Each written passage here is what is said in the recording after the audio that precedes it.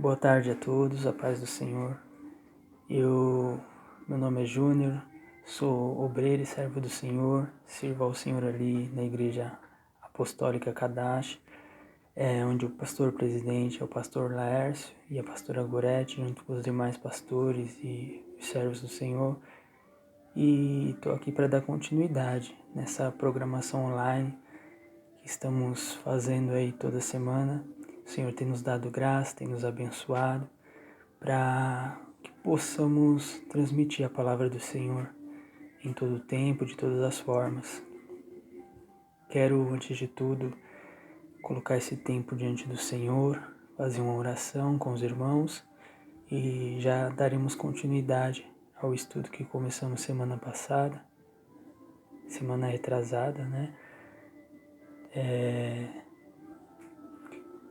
E aí a gente parou no versículo 17 da primeira carta de Pedro, a gente vai dar continuidade a partir do versículo 18. Vamos colocar esse tempo diante do Senhor, vamos fazer uma oração. Peço que você baixe sua cabeça e ore juntamente comigo, pedindo ao Senhor que o Senhor venha abençoar isso tudo e dar graça, tanto para vocês que estão ouvindo, quanto para mim que estarei servindo como instrumento do Senhor nesse momento. Santo Deus e eterno Pai, obrigado, Senhor, por mais essa oportunidade de estar diante da Tua presença, de estar, Senhor, podendo servir como instrumento ao Senhor, para poder transmitir a Tua palavra, tudo aquilo que o Senhor já colocou em meu coração, tudo aquilo que o Senhor ministrou sobre a minha vida, que o Senhor me dê capacidade, Senhor, neste momento para transmitir, Senhor, para poder estar dividindo, compartilhando, para a edificação, Senhor, da Tua igreja, para a edificação, Senhor, de todo aquele que ouvir, Senhor, esta mensagem. Peço, Senhor, que o Senhor venha abrir o entendimento, venha dar compreensão, venha, Senhor, estar aplicando esta palavra, Senhor, de forma personalizada na vida de cada um. E, Senhor, venha estar tocando o coração de cada um, a mente de cada um, o interior de cada um, Pai, para que, Senhor, esta palavra não seja apenas, Senhor, Pai, uma palavra de homem, mas a palavra do Teu Santo Espírito, Pai, conduzida, Senhor, Pai, ao coração de cada um para frutificar, para trazer mudança, para trazer restauração, para trazer salvação, libertação, transformação, para, Senhor, fortalecer, Senhor, a vida da Tua igreja. É o que te peço nesse momento, Senhor, peço a Ti, Senhor. Toma a frente deste trabalho, toma este momento, Senhor, e faz a Tua vontade, o Teu querer. Fala assim como o Senhor, Pai, desejar ao coração de cada um de nós. Em nome de Jesus. Amém. Já colocamos esse momento diante do Senhor, então vamos já dar continuidade, sem perca de tempo. Mas antes eu quero trazer um pouco daquilo que a gente estudou até aqui. Nossa forma de estudo é versículo por versículo, analisando e trazendo aquilo que o Senhor põe ao nosso coração. E estamos aí estudando a primeira carta de Pedro. Até esse momento chegamos no versículo 17. Rendeu 3 aulas, essa é a quarta aula. E vamos dar continuidade a partir do versículo 18. Os versículos anteriores, eles nos traz ali no começo as promessas do Senhor sobre a vida de todo cristão, traz o plano de salvação, traz a mensagem do Evangelho. E Pedro ele traz essas promessas, essa mensagem para um povo que está passando por dificuldade, diversidade, por perseguição e necessita ter a sua fé edificada, fortalecida, para poder continuar caminhando e crendo no Senhor, independente da situação e da circunstância. Depois a gente vai ver também que, mediante ao que foi apresentado das promessas, o Evangelho de Cristo, Pedro lhe demonstra um pedido do Senhor de um posicionamento da parte daqueles cristãos. E dentro desse posicionamento a gente situa algumas coisas, ter a mente pronta, estar pronto para a ação, Fala sobre o autocontrole, domínio próprio que nós devemos ter. Fala sobre sempre depositar a esperança nas promessas do Senhor, não esperar no Senhor somente para essa vida, mas também, principalmente, para o resultado na eternidade, para a sua recompensa eterna para nós. E vimos também ali que dentro desse posicionamento que o Senhor nos pede, Ele pede que venhamos buscar a santidade, a santificação sem a qual ninguém verá o Senhor. E falamos um pouco sobre a paternidade de Deus e sobre o temor na ajuda dessa busca da santificação, temor como um respeito reverente, uma honra que devemos ao Senhor em toda nossa caminhada terrena. Devemos nos manter dentro dessas bases, desses critérios que Pedro está nos dando aí por meio da sua palavra, que serve tanto para eles naquela época como para nós nos dias de hoje, como igreja do Senhor. E aqui a gente vai tratar então sobre um assunto conhecido da igreja, mas eu creio que o Senhor ele tem a sua forma de trabalhar e de agir, e assim, muitas das vezes o Senhor ele reforça doutrinas, reforça ensinos para a sua igreja, para que ela venha ter a sua fé reavivada, para que ela venha lembrar o seu princípio, a sua essência, e venha com isso tornar ao princípio do seu amor, ou se manter no trilho que Ele estabeleceu para nós caminharmos, para que a gente não venha se perder. Então, Pedro mesmo, ele várias vezes, aí dentro da sua carta, ele mesmo fala para o povo que ensinaria coisas que eles já sabiam, mas que era necessário que eles ouvissem novamente. Então, essa mensagem eu acredito que ela é imprescindível e jamais deve ser deixada de pregar, ser anunciada, deve estar realmente bem firmada em nosso coração. E o versículo 18 em diante vai falar sobre o preço pago em nosso favor, o preço de uma alma, o valor do sangue de Cristo. E dentro desses versículos eu quero trazer aos irmãos aquilo que o Senhor colocou no meu coração, examinando as Escrituras, buscando referências e entendimento. Então, do versículo 18 em diante, diz assim: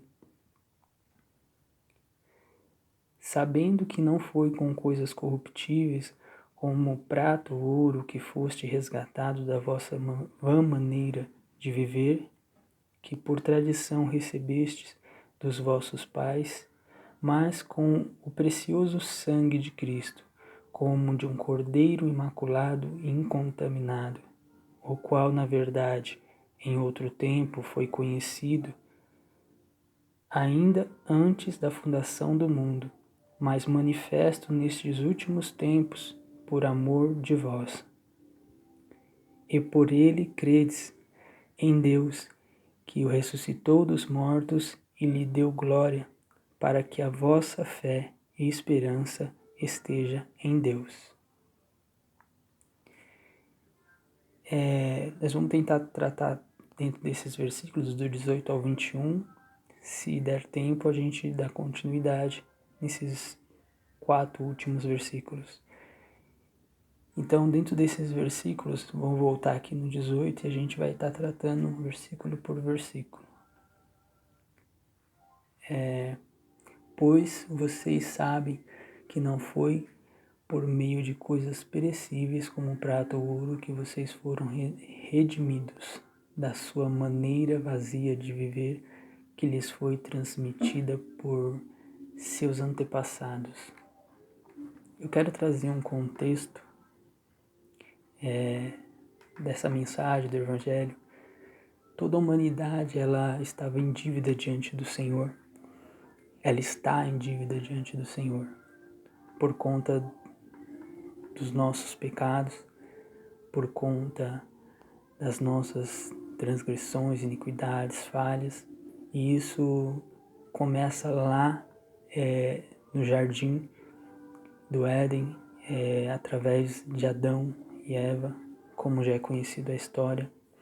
Em Romanos, Paulo ele enfatiza novamente a entrada do pecado no mundo e a consequência desse pecado entrar no mundo. Romanos 5,12, ele diz que o pecado ele veio por meio de um homem e que pelo pecado veio a morte passou a todos os homens, porque todos acabaram pecando.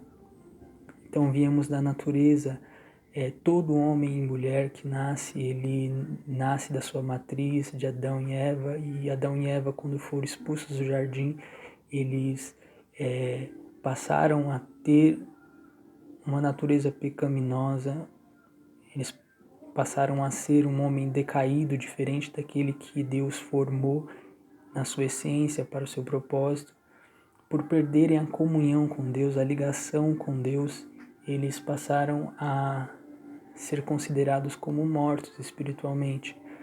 Eles perderam a conexão, a ligação e agora têm o seu desejo, a sua mente voltada para satisfazer a sua carne. Então ele tem a natureza pecaminosa e essa natureza nós todos herdamos de Adão.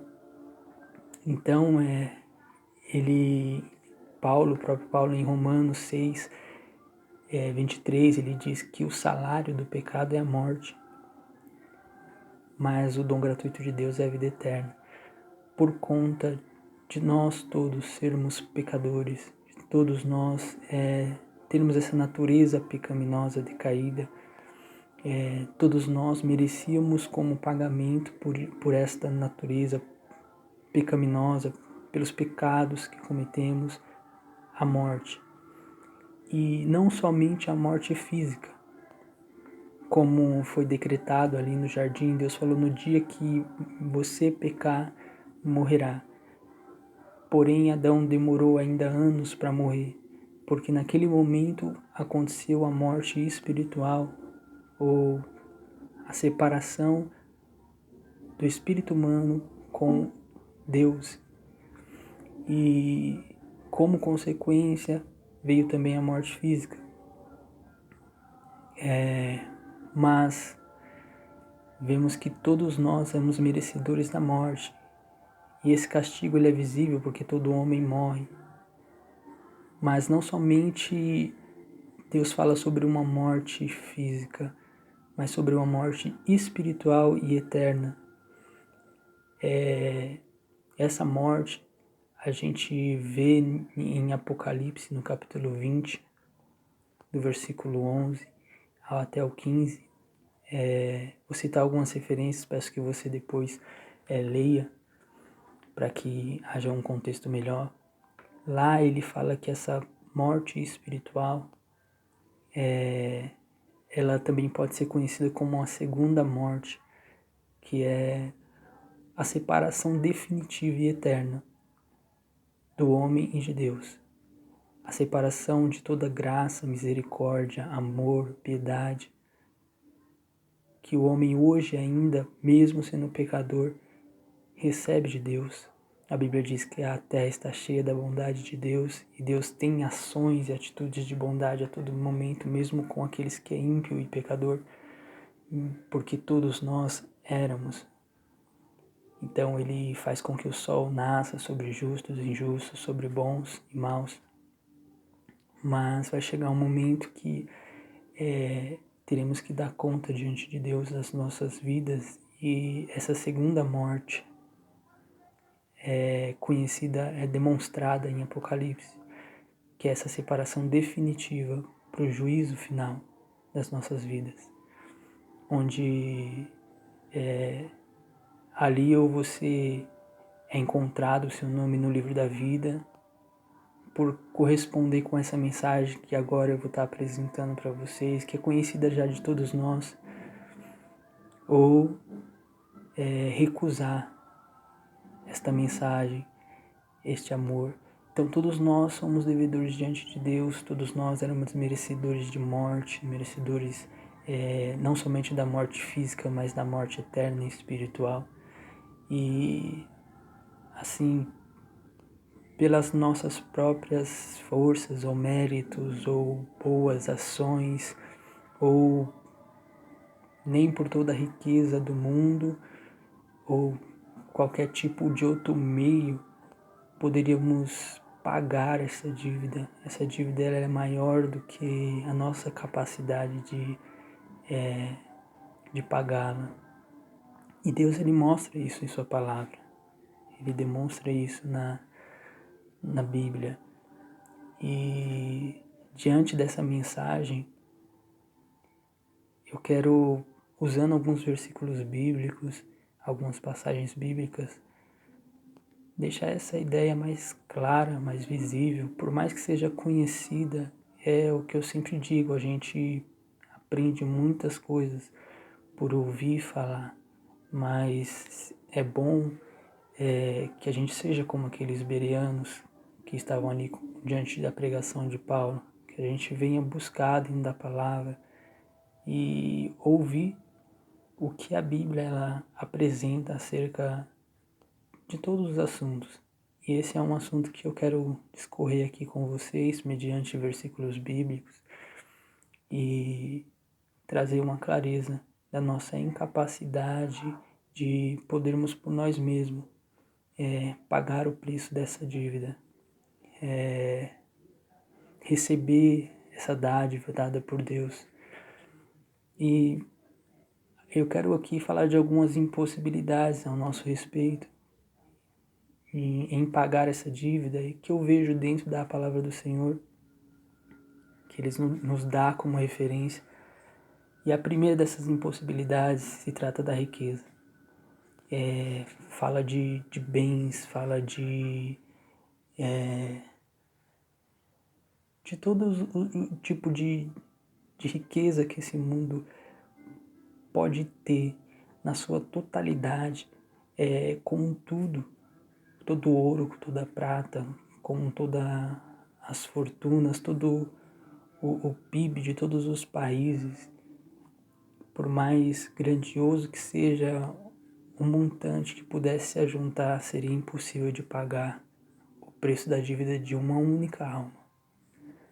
De uma única alma. Dessa dívida que que temos com o Senhor. Até mesmo porque essa dívida não pode ser pago por algo físico, material, porque não se trata somente da nossa carne, mas se trata do nosso espírito, da nossa alma, que não pode ser comprado com coisas perecíveis, como foi dito no começo do texto. E aqui eu quero ler com vocês a referência de Salmos 49, versículos 7 ao 9, que diz assim: Homem algum pode redimir o seu irmão ou pagar a Deus o preço da sua vida, pois o resgate de uma alma, de uma vida, não tem preço.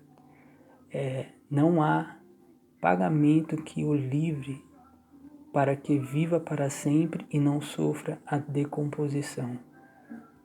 Então esse versículo nos mostra a impossibilidade de, por meio da riqueza, por meio de coisas perecíveis, como Pedro diz, prata, ouro,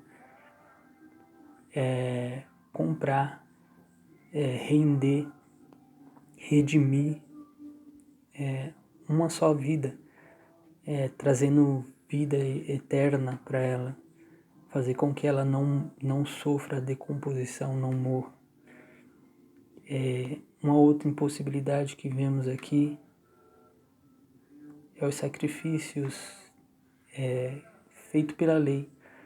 O Senhor, Ele estabeleceu a lei, e com a lei Ele instituiu que ali haveria animais puros e impuros, e os animais puros seriam animais perfeitos, sem manchas, sem mácula,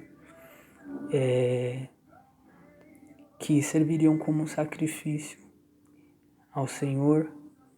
Esses animais seriam mortos e o seu sangue seria colocado sobre um altar de ouro que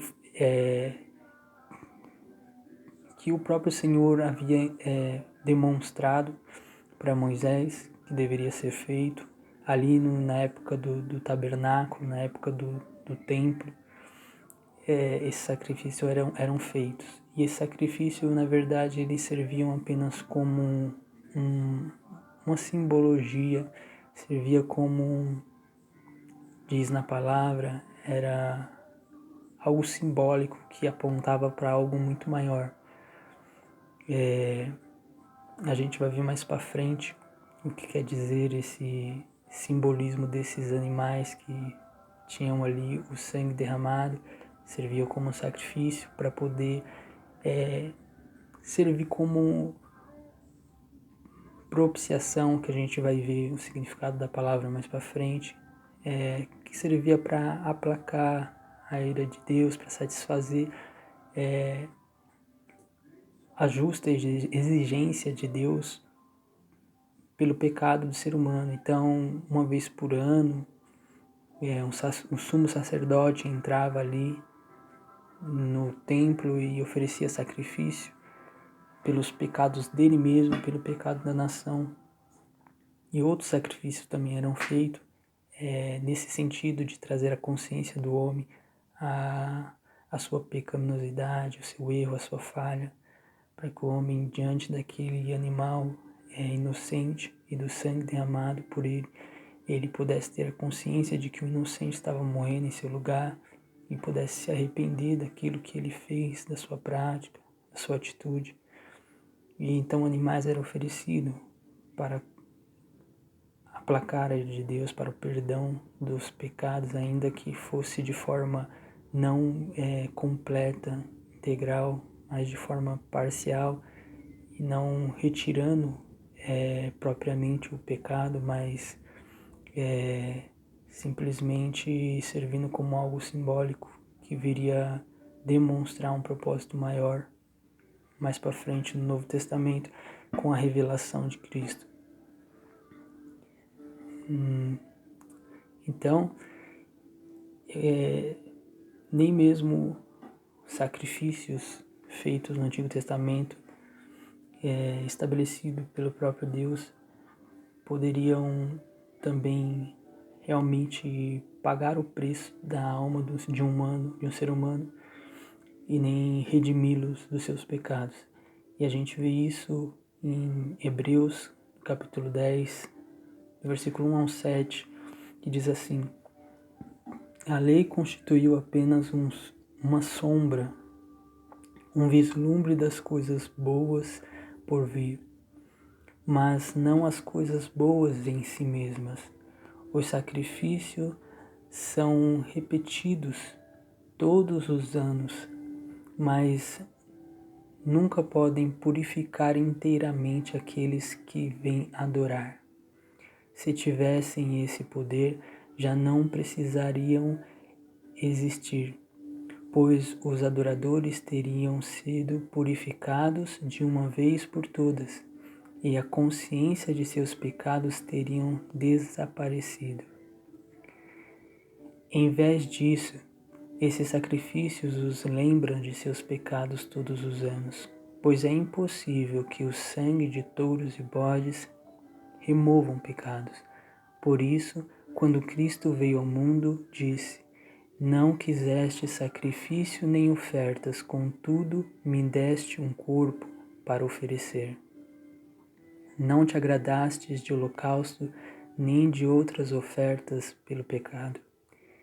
Então eu disse: aqui estou, para fazer a tua vontade, ó Deus, como está escrito a meu respeito no livro. Então aqui a gente vê que é impossível que o sangue de touros e bodes removam pecados. E quando o Senhor veio a este mundo, ele já havia sido profetizado que o Senhor haveria de preparar um corpo para ele. A gente vai ver que Jesus ele é pré-existente, ele não passou a nascer, não passou a existir no momento do seu nascimento, mas ele tomou forma humana, virou homem, para cumprir este propósito que a gente vai continuar aqui vendo.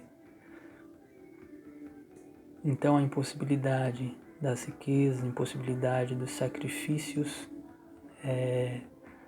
de animais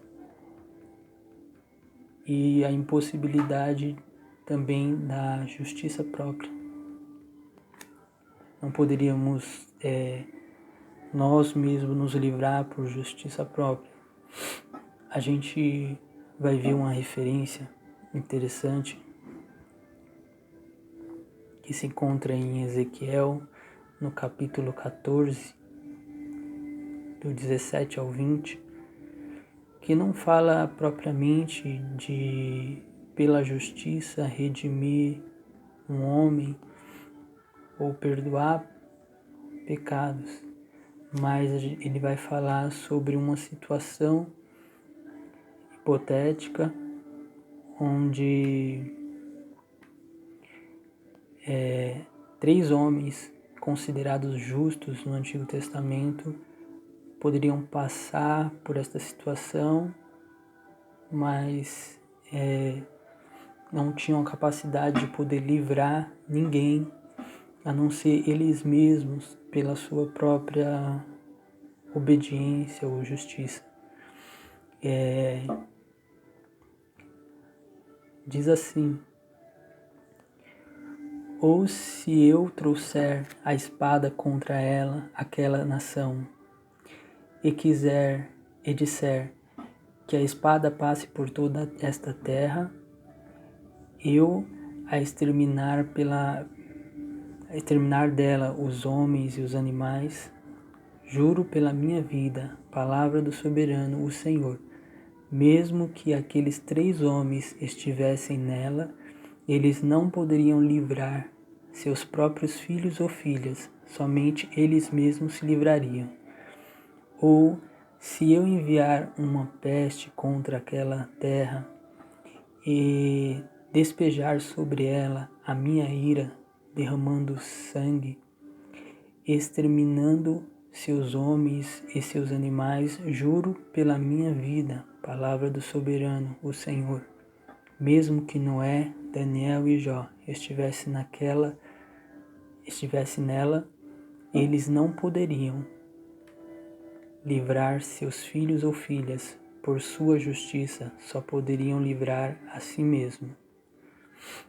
Então nós vemos aí uma situação hipotética onde uma cidade haveria de ser destruída pelo julgamento de Deus, pela ira de Deus, e diante dessa situação, ainda homens que foram considerados justos por Deus, como esses 3 homens,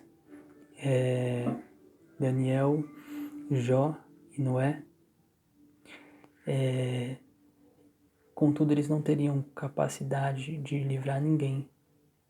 Pela sua justiça eles poderiam se livrar daquele castigo humano vindo por uma cidade, não o castigo eterno, porque mesmo eles sendo obedientes e justos, eles em algum momento da sua vida cometiam erros e pecados e falhas e necessitavam também da graça e do perdão de Deus para livrá-los.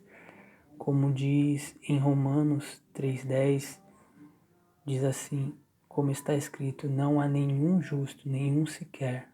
Ou em Eclesiastes 7,20, que diz, todavia não há um só justo na terra, ninguém que pratique o bem e nunca peque. Então a gente vê que realmente é possível. Também em Isaías, Isaías capítulo,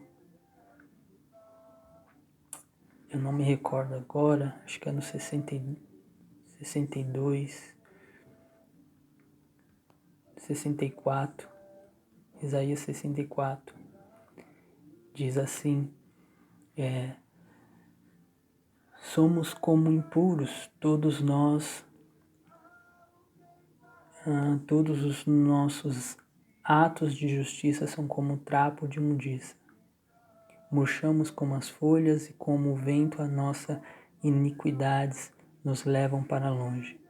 Então, ele em Isaías, ele demonstra que as nossas obras de justiça diante do Senhor são como os trapos de imundícia. Por quê?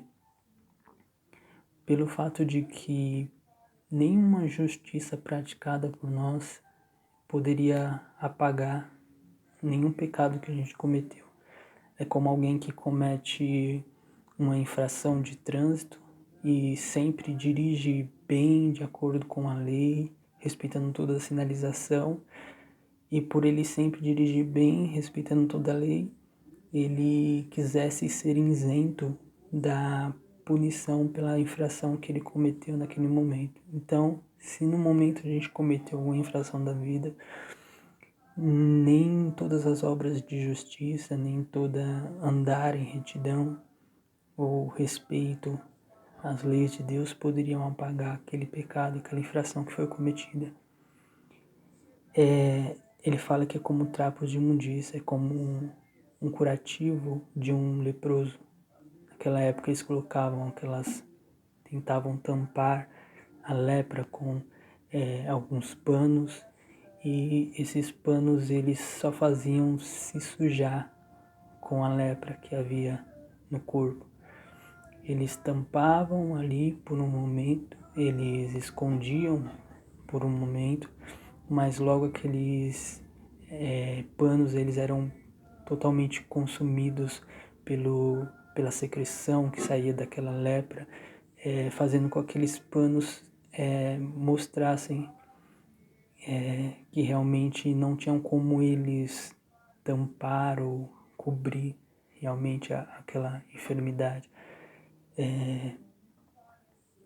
Seria mais ou menos isso que Isaías está querendo dizer. Nossas justiças são como trapos de imundícia, não pode tampar, não pode cobrir o pecado que há na nossa natureza humana. Simplesmente ela tenta disfarçar. Então, nem por todos os atos de justiça podemos pagar por um só pecado, uma só falha que cometemos diante do Senhor. Então, nem pela justiça própria podemos nos livrar da nossa dívida para com Deus. Então, como que a gente pode se livrar? Por meio de um único homem que foi justo, Jesus Cristo.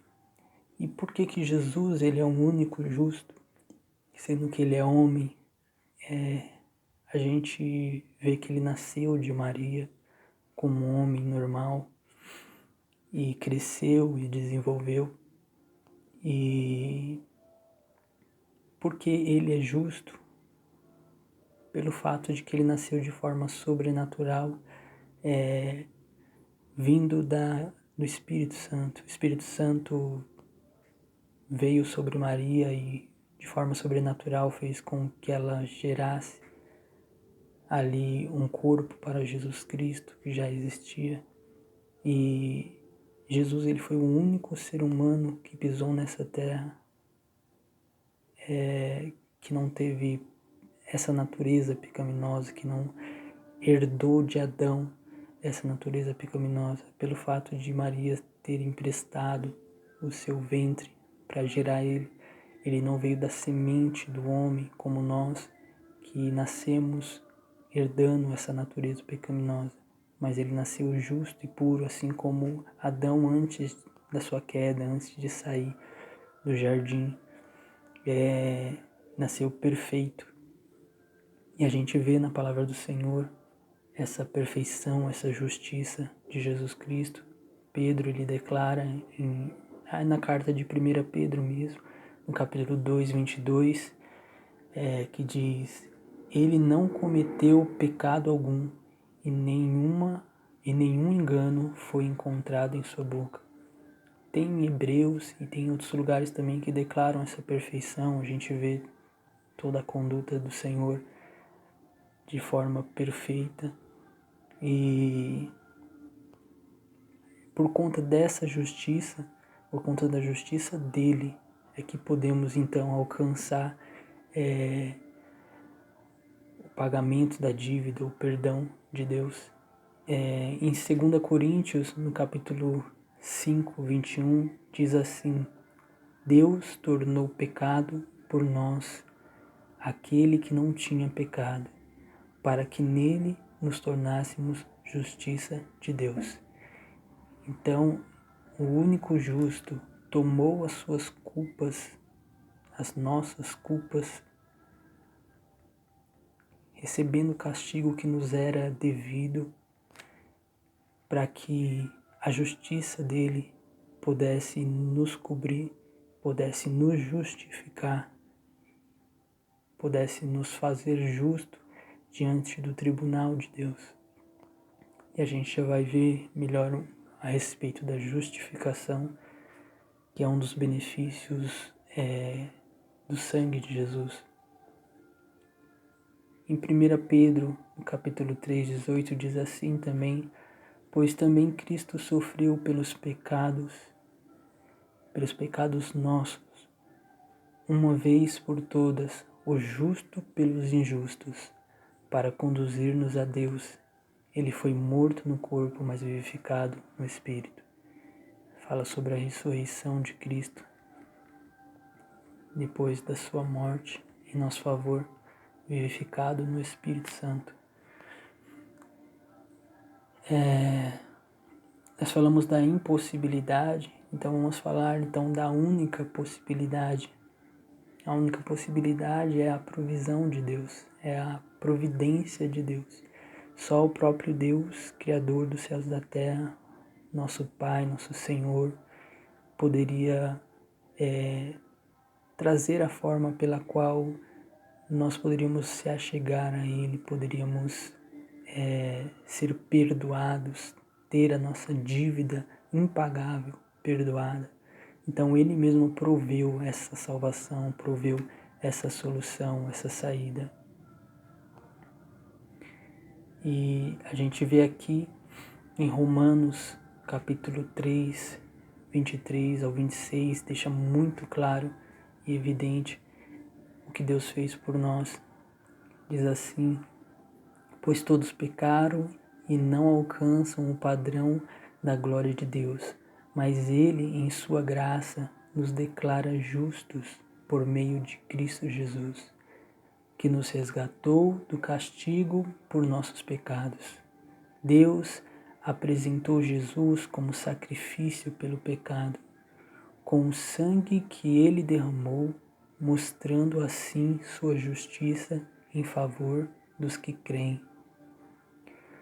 No passado, Ele se conteve e não castigou os pecados antes cometidos, pois planejava revelar sua justiça no tempo presente. Com isso, Deus se mostrou justo, condenando o pecado e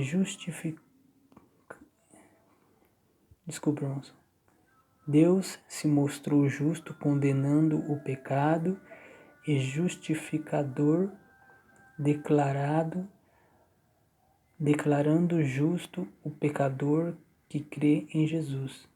O que ele quer dizer nessa última parte?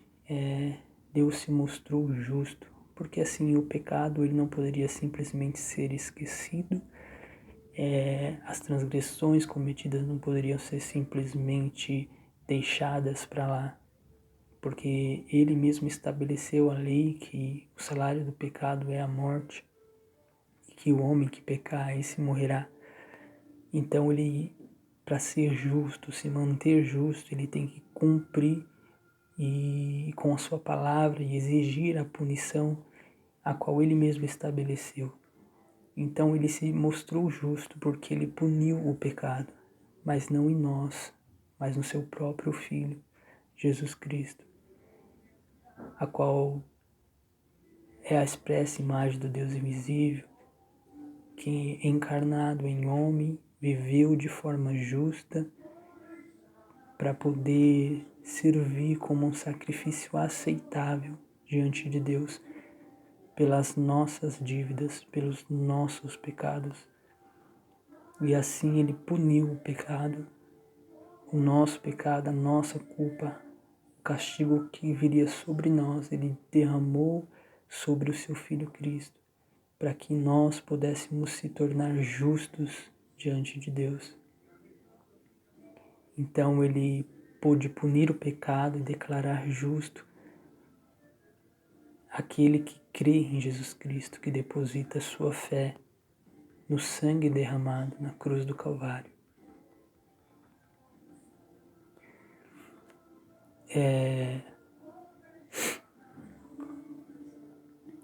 Quero ler aqui também Romanos 8, 3 ao 4, que diz: a lei não era capaz de nos salvar por causa da fraqueza de nossa natureza humana. Por isso, Deus fez o que a lei era incapaz de fazer, ao enviar o seu Filho na semelhança de nossa natureza humana, pecaminosa, e apresentá-lo como sacrifício por nosso pecado. Com isso, declarou o fim do domínio do pecado sobre nós, de modo que nós, que agora não seguimos mais a nossa natureza humana, carnal, mas sim o Espírito Santo, possamos cumprir as justas exigências da lei. Então, a lei que o Senhor estabeleceu demonstrava o seu caráter moral perfeito e, junto com as cerimônias de sacrifício de animais, apontando para um sacrifício perfeito que viria a vir, que seria o próprio Cristo, um cordeiro sem mancha, sem mácula, perfeito, que viria a padecer em nosso lugar. Então, nós não poderíamos cumprir as justas exigências de Deus, a sua lei. Nós não estávamos de acordo com o padrão estabelecido por Deus. Mas em Cristo, através desse sacrifício, podemos então agora, por meio do Espírito Santo e do sangue derramado em nosso favor, corresponder com Deus e viver de acordo com aquilo que Ele espera de nós.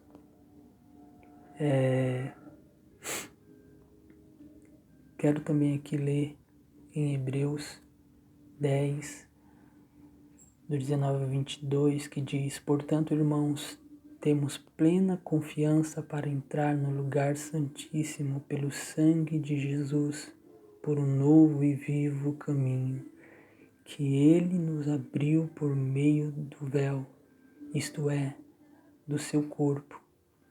Temos, pois, um grande sacerdote sobre a casa de Deus.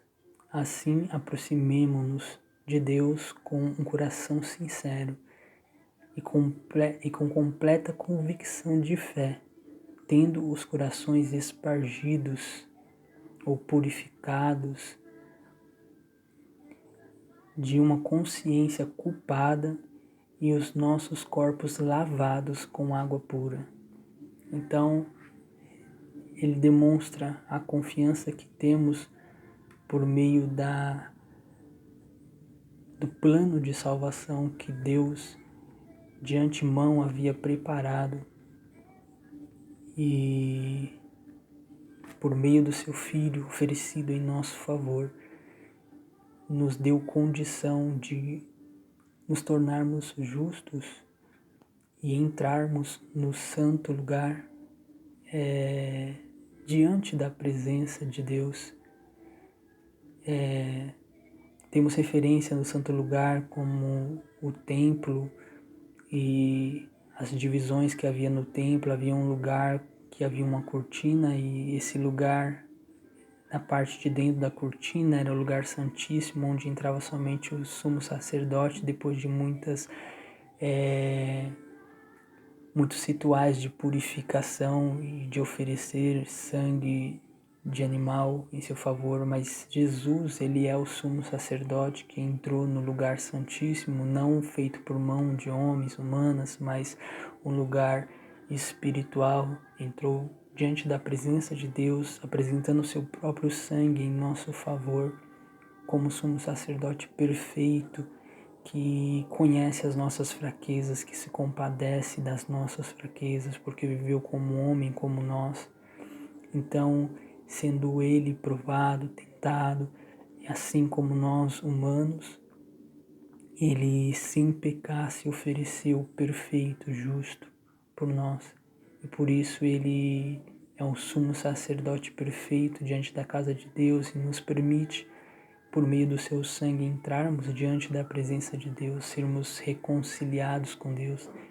E a gente já vai ver mais para baixo aqui sobre a propiciação, a expiação que nos traz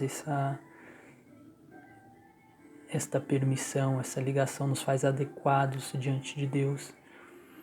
É importante que a gente conheça um pouco sobre as pronúncias que ditas na Bíblia, como justificação, como redenção, como propiciação, como expiação.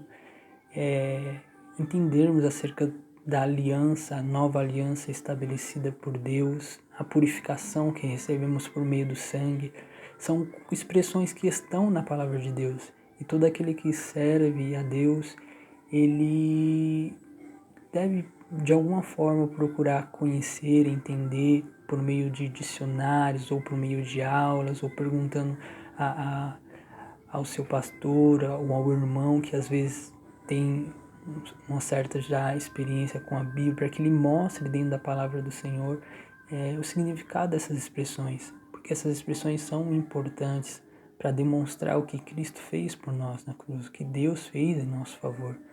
Então é necessário que venhamos compreendê-las, entendê-las. E assim, eu sei que é difícil, é complicado e exige muito tempo e Deus, ele por isso estabeleceu ministérios na igreja de pastoreado, de ensino, para que essas coisas se tornem claras. E quando a gente toma isso na nossa consciência, em nosso coração, quando a gente toma isso em nosso ser, a gente pode então desfrutar de um testamento, de bênçãos, de valores que Deus conquistou em nosso favor, que não tínhamos conhecimento. É como uma história que certa vez eu ouvi acerca de uma moça que serviu um senhor por muitos anos numa casa. O senhor morreu e deixou um testamento, e ela tinha muito apreço por esse senhor, e ela pegou aquele testamento e colocou num quadro e pendurou na parede, e passou o resto da sua vida ali com aquele quadro na parede como algo que ela tinha como lembrança do seu senhor. Mas na sua velhice ela ficou doente e foi lá um médico e viu aquele quadro e, olhando, procurou ler o que era e perguntou para ela o que significava, e ela disse que havia recebido isso do seu senhor. E lendo ele descobriu que aquele era um testamento que dava a ela direito de todos os seus bens. E ela passou uma vida inteira com aquilo pendurado na parede, não sabendo que ela havia recebido, herdado coisas grandiosas que ela poderia ter vivido de forma totalmente diferente se ela tivesse conhecimento. E muitas das vezes nós nos vemos dessa mesma forma. Deus, ele nos deu muitas coisas por meio do sangue de Cristo, por meio dessa nova aliança que ele firmou conosco. Só que, porém, se nós não nos interessarmos, não buscarmos entender e aprender, de alguma forma, aquela moça, por meio daquele advogado, ele ainda foi atrás para ver se ela tinha ainda direito de receber, se ela poderia desfrutar daquilo. Então, há pessoas que o Senhor estabeleceu que podem ajudar na edificação da igreja. E há pastores, há mestres, há evangelistas, há vários ministérios, e ele fala que ele estabeleceu esse ministério para aperfeiçoamento dos santos, para o crescimento e edificação da igreja. Então, que nós venhamos despertar nosso interesse para cada dia conhecer melhor aquilo que nos foi dado. E diante disso quero dar continuidade no versículo 19, que diz assim: mas pelo precioso sangue de Cristo, como que um cordeiro sem mancha e sem mácula. Como foi demonstrado ali, o cordeiro foi um símbolo, né? Os animais que eram mortos no templo era símbolo de algo futuro.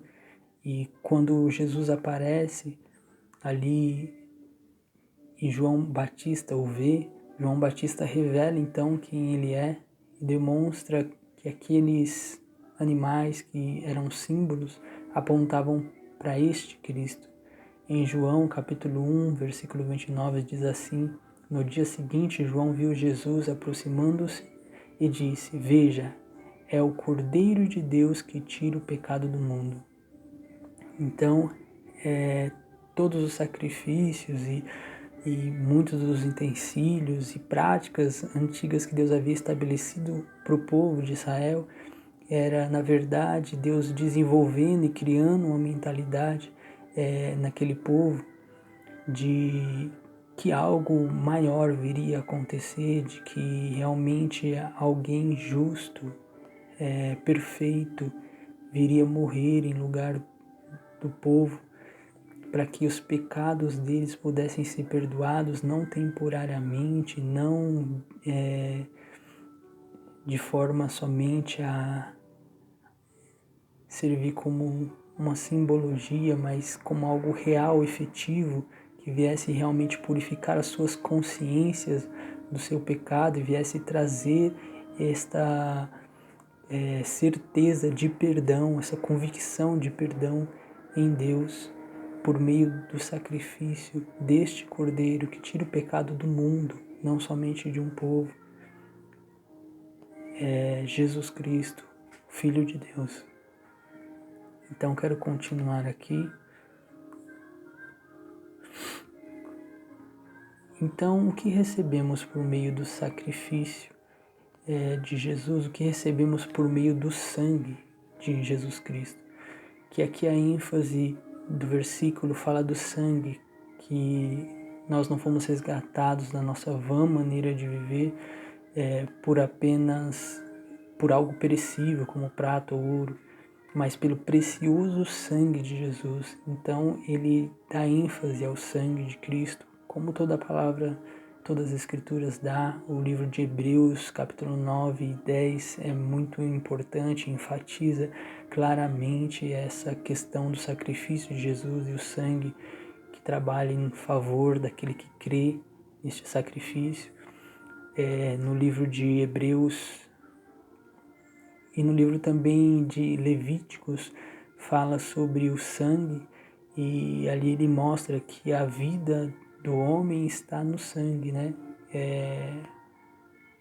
O sangue se esvai e a vida acaba. E tinha esse sentido, tinha essa simbologia, tinha esse valor. Então Cristo, quando derramou o seu sangue por nós, ele derramou a sua vida em nosso favor. Em todo a Bíblia, desde o Antigo Testamento, ele vem trazendo essa simbologia do sangue. Quando a aliança foi firmada com Deus, com o povo de Israel, a antiga aliança, foi usado sangue de animais para poder firmar esta aliança, que simbolizava, na verdade, a aliança que haveria de vir, a nova aliança que firmaríamos com Deus através do sangue puro de Cristo. E eu quero aqui então ressaltar alguns benefícios, algo que nos foi conquistado por meio do sangue de Cristo. E a primeira coisa que recebemos através do sangue de Cristo foi a redenção. A redenção, que pode ser também entendida como libertação, como salvação. A redenção, ela é um termo um termo antigo, né? Uma expressão antiga. Eu vou ler aqui a definição que achei no dicionário, fica melhor do que eu tentar lembrar de mente. A expressão redenção origina-se do ato de soltura de um escravo que ocorria no primeiro século mediante o pagamento de um preço. A palavra foi emprestada pelos cristãos da igreja primitiva para significar a libertação da escravidão do pecado por meio da obra redentora de Jesus Cristo. Então recebemos redenção, fomos libertos do pecado, do poder que o pecado tinha sobre a nossa carne, sobre a nossa natureza, no sentido de que não tínhamos força espiritual para poder lutar contra a nossa natureza carnal, mas pelo sangue de Jesus nós fomos libertos da escravidão do pecado, também da culpa do pecado. E aqui eles usam a imagem de um mercado de escravos, onde o escravo, para ser liberto, é necessário que viesse alguém e pagasse um preço por ele. E o preço que foi pago em nosso favor foi o sangue de Cristo, porque éramos escravos do pecado. E em Efésios, no capítulo 1:7 diz: nele temos a redenção por meio do seu sangue, o perdão dos pecados de acordo com a riqueza da sua graça. Segunda coisa que nos foi conquistado é a propiciação ou expiação. Nós fomos tornados propícios, favoráveis, adequados. A propiciação, ela tinha o objetivo de aplacar a ira de Deus, no sentido de pagar a dívida, né? Então a propiciação tem esse sentido, ele pagou a nossa dívida por meio do seu sangue e nos fez aceitáveis diante de Deus. Éramos pecadores e o pecado faz divisão entre o homem e Deus. Então a única forma do homem ser aceito ou reconciliado com Deus é por meio da propiciação ou da expiação, que tem esse sentido de pagar a dívida e de reconciliar, de trazer comunhão, de fazer favorável, de fazer aceitável, adequado para ser recebido diante de Deus. Então, por meio do sangue recebemos propiciação. Em Romanos 3:25 diz: Deus o ofereceu como sacrifício para propiciação mediante a fé, pelo seu sangue. Continuando,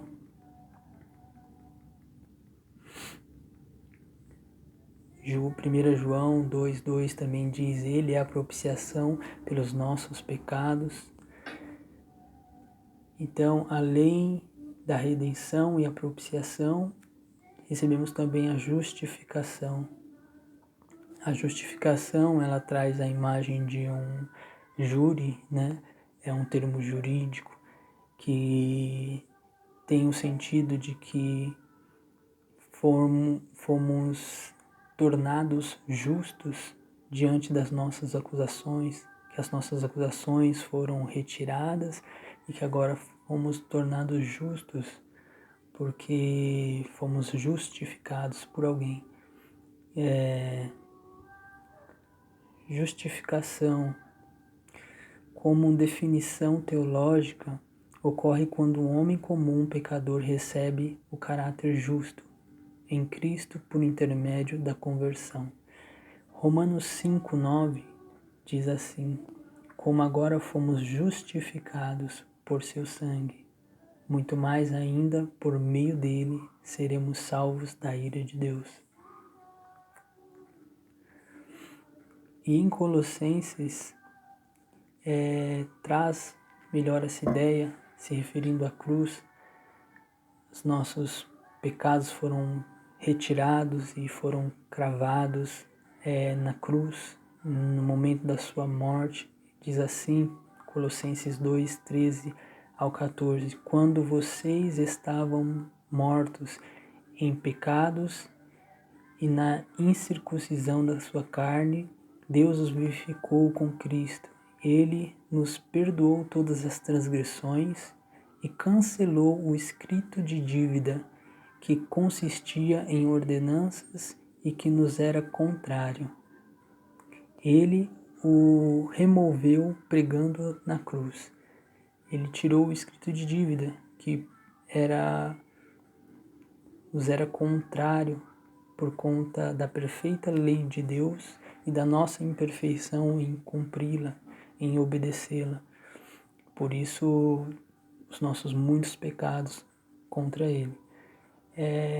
Recebemos a purificação, fomos limpos, né, do nosso pecado, purificação ou santificados, né, tornados puros diante de Deus.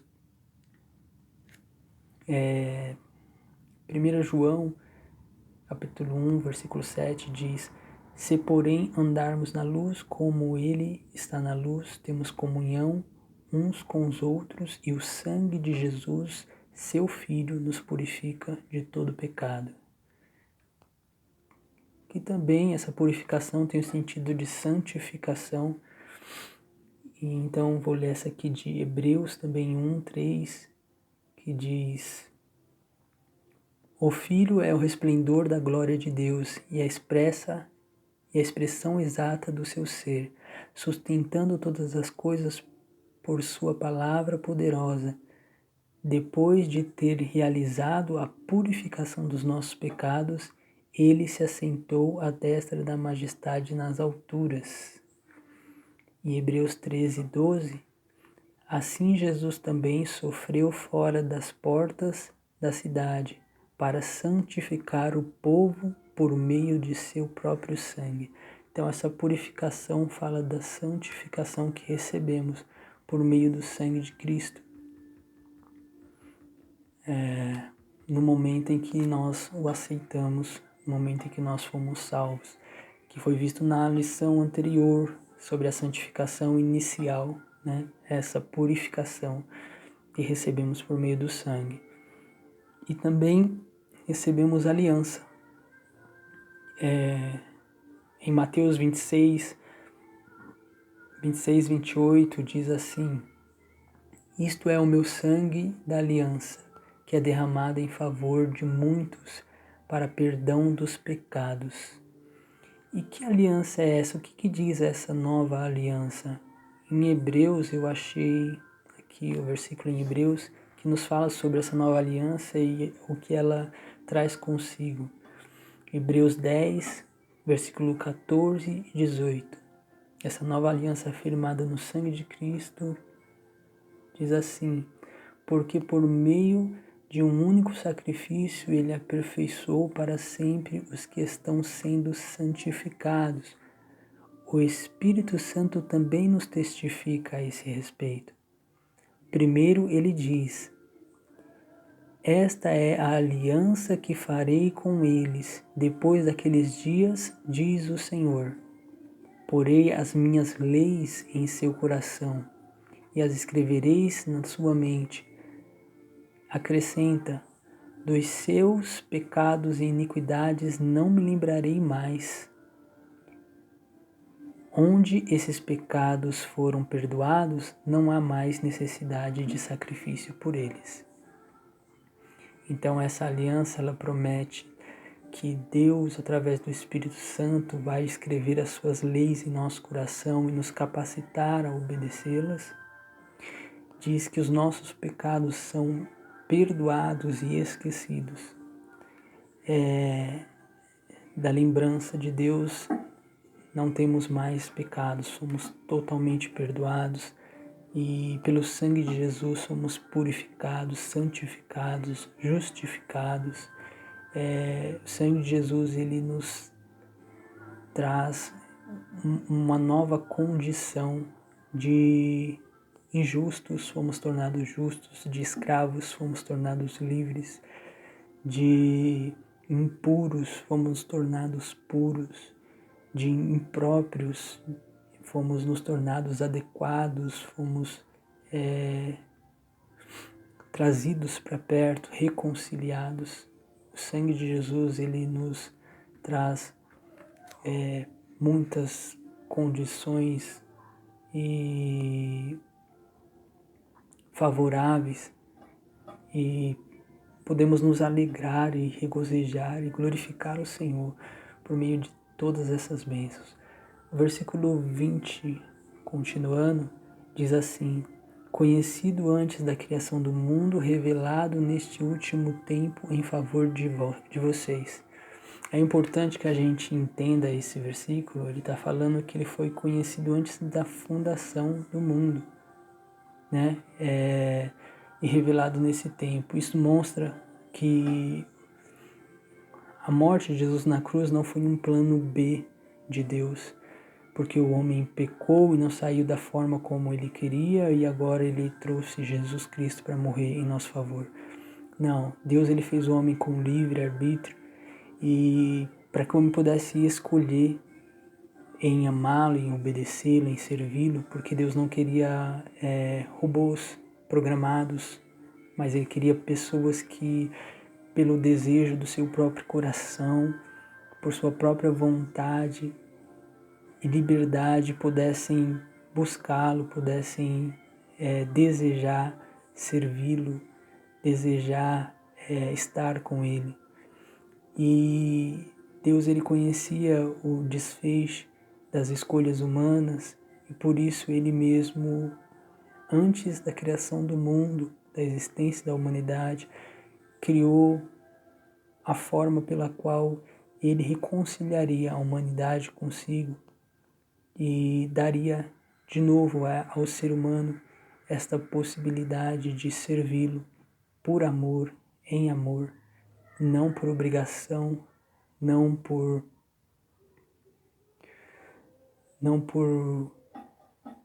como se ele fosse um ditador, mas pela liberdade que ele nos deu. Ele dá esta liberdade ao ser humano de crer e não crer, de poder recebê-lo, adorá-lo, amá-lo, ou de rejeitá-lo, negá-lo, e desfrutar dos desejos da sua própria carne, dando entendimento e compreensão das consequências de cada escolha. A gente não deve servir ao Senhor ou buscá-lo por medo, né? Que ele fala: onde há medo, o amor de Deus não está aperfeiçoado, mas o perfeito amor lança fora o medo. É enxergando o amor dele, de que não havia necessidade dele vir a essa terra, não havia necessidade dele se tornar carne. Ele poderia simplesmente destruir toda a humanidade, mas ele nos deu uma chance para mostrar o seu envolvimento, o seu amor pela sua criação. Ele decidiu vir a este mundo e sofrer como homem, e viver como homem, e se doar em nosso favor, para mostrar o quanto ele nos amava e o quanto ele tinha, o quanto éramos preciosos para ele. Não porque havia valor em nós, mas porque ele nos valorizava. Então, vemos que isso não foi um plano B. Deus não foi pego de surpresa, mas o próprio Jesus ele já existia desde toda a eternidade, junto com o Pai, com o Espírito Santo, conhecido como a Santíssima Trindade. E Cristo, a segunda pessoa da Santíssima Trindade, veio cumprir este propósito. Nós vemos ali em João 17, verso 4 e 5, que diz: eu te glorifiquei na terra, completando a obra que me deste para fazer. E agora, Pai, glorifica-me junto a ti, com a glória que eu tinha contigo, antes que o mundo existisse. Então ele afirma que ele já vivia com o Pai e tinha uma glória junto do Pai antes que o mundo existisse. Em João 8:58, diz também sobre a pré-existência de Jesus: respondeu Jesus: eu afirmo que antes de Abraão nascer, eu sou. Os judeus estavam questionando que Abraão, Jesus disse que Abraão anseiava ver o seu dia. Eles disse que ele não tinha nem 50 anos e como poderia Abraão querer isso? Então ele se revela e mostra que ele era a segunda pessoa da Trindade, a expressa imagem do Deus invisível. Ele era o próprio Deus e por isso ele poderia dizer isso.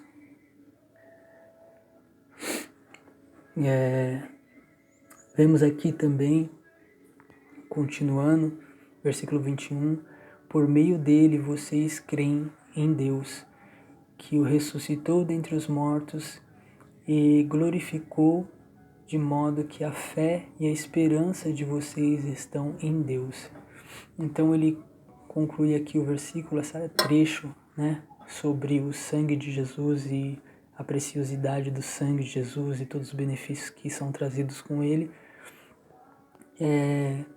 mostrando que por meio do que foi feito nós cremos então em Deus e colocamos a nossa esperança em Cristo, porque Deus o aceitou ressuscitando dos mortos como o preço valioso pago em nosso favor. Então que venhamos sempre lembrar do que foi feito, que venhamos sempre trazer à memória esta mensagem, a mensagem do Cristo que veio a este mundo, viveu de forma justa, morreu em nosso lugar e ressuscitou, e por isso tem todo o poder sobre céus e terra, e todo joelho há de se dobrar naquele dia diante dele, e ele prometeu que há de voltar para resgatar a tua igreja.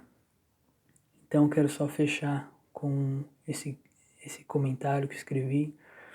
Pedro, mais uma vez, enfatiza a importância da mensagem do Evangelho de Cristo, o valor do sangue inocente derramado em nosso favor para perdão dos nossos pecados e nos libertar de uma vida vazia, o perfeito plano de salvação, o Santo de Deus, o Cristo, a expressa imagem de Deus invisível, por quem foi criado todas as coisas nos céus e na terra, se fez carne, se fez homem, morreu, ressuscitou e mediante a fé nele trouxe esperança e salvação à humanidade, aos que creem no seu nome. E essa mensagem sendo recebida por fé no seu coração, você pode então ter a presença do Espírito Santo dentro do seu ser, modificando a sua vida, te transformando em nova criatura. Não sei se haverá alguém que ainda não conhece a Cristo, que ainda não ouviu essa mensagem de salvação, mas se hoje você tem essa oportunidade, não perca a chance de dobrar os seus joelhos, de falar com Deus, de receber neste momento a oportunidade de ser redimido pelo sangue de Cristo, de receber perdão dos seus pecados e de poder ser reconciliado com Deus. Não perca essa oportunidade de poder ser amado por Deus, de poder ser abraçado por Deus, de poder ser chamado de filho. Deus, Ele ama cada um de nós e Ele tem pensamentos de paz ao nosso respeito e deseja esta reconciliação. Ele não se alegra com a morte do ímpio, mas antes ele tem prazer naquele que se arrepende dos seus pecados e abandona os seus erros e o recebe em sua vida. Por isso não perca esta oportunidade. Se você por algum momento andou com Cristo e se afastou, este é o momento de receber, de relembrar o que foi feito em seu favor e se reconciliar com Ele, porque breve Ele virá e Ele deseja levar aqueles que Ele ama para junto de si, para desfrutar deste perfeito amor junto com Ele. Então, quero agradecer a todos que acompanharam essa lição até aqui comigo e eu sei que é algo conhecido de todos, mas o Senhor colocou no meu coração de estar relembrando estas coisas, enfatizando essas coisas. Por isso, eu só me detenho em fazer aquilo que o Senhor pôs em meu coração. Espero ter servido como um canal de bênção para a sua vida e que esta palavra seja recebida como palavra de Deus no seu coração, que essa semente possa frutificar e dar frutos. E semana que vem se a gente tiver a oportunidade, for vontade de Deus, a gente vai ver qual é o fruto que é produzido em nossos corações por meio deste sacrifício, nos versículos seguintes. Quero então já entregar esse momento que passamos diante do Senhor e orar e pedir que essa mensagem possa ser implantada em cada coração e que o Espírito Santo possa estar fazendo a obra na vida de cada um que meditar nessas palavras. Então vamos orar. Santo Deus e eterno Pai, te agradeço, Senhor, por esta oportunidade de estar diante do Senhor, por poder, Senhor, Pai, estar falando, Senhor, Pai, da Tua palavra, do Evangelho do Senhor, Pai, das boas novas que o Senhor trouxe à humanidade, essa mensagem de esperança, a verdade que há no Teu Filho Jesus Cristo, os benefícios que recebemos por meio do Seu sangue, a vida do Senhor derramada em nosso favor, Pai. Que possamos, Senhor, Pai, viver de forma, Senhor, a fazer valer a pena cada gota de sangue derramada em nosso favor. Que possamos viver de forma santa, de forma, Senhor, Pai, digna do sacrifício feito por nós, Senhor. Pai, pois não foi por qualquer coisa, Senhor, que fomos comprados, Senhor, mas pelo precioso sangue de Jesus. Por isso, Senhor, nos ajuda a andar em santidade, nos ajuda a andar, Senhor, Pai, para a glória do Teu nome, Senhor, nos ajuda a andar, Senhor, por meio do Teu Santo Espírito. Nos ajuda, Senhor, a cada dia, Senhor, glorificá-lo, Senhor, Pai, pelo preço pago em nosso favor. Senhor, que essa mensagem possa entrar no coração de cada um, que o Senhor possa trazer paz, certeza de salvação, convicção de fé, Senhor, aperfeiçoamento, Senhor, Pai, na vida e na fé de cada um dos Teus filhos, Senhor, que o Senhor possa nos avivar, possa, Senhor, Pai, Deus, estar, Senhor, através dessa mensagem, Senhor, incendiando os nossos corações, levando nossa mente lá para o Calvário, Senhor, Pai. Senhor, mas também, Senhor, nos dando a certeza de que, Senhor, aquele túmulo está vazio, porque o Senhor Jesus ressuscitou e breve há de vir para resgatar a cada um de nós, Senhor. Que venhamos ter esta convicção de fé, Senhor, e viver firme, Senhor, Pai, no poder do sangue de Cristo derramado em nosso favor.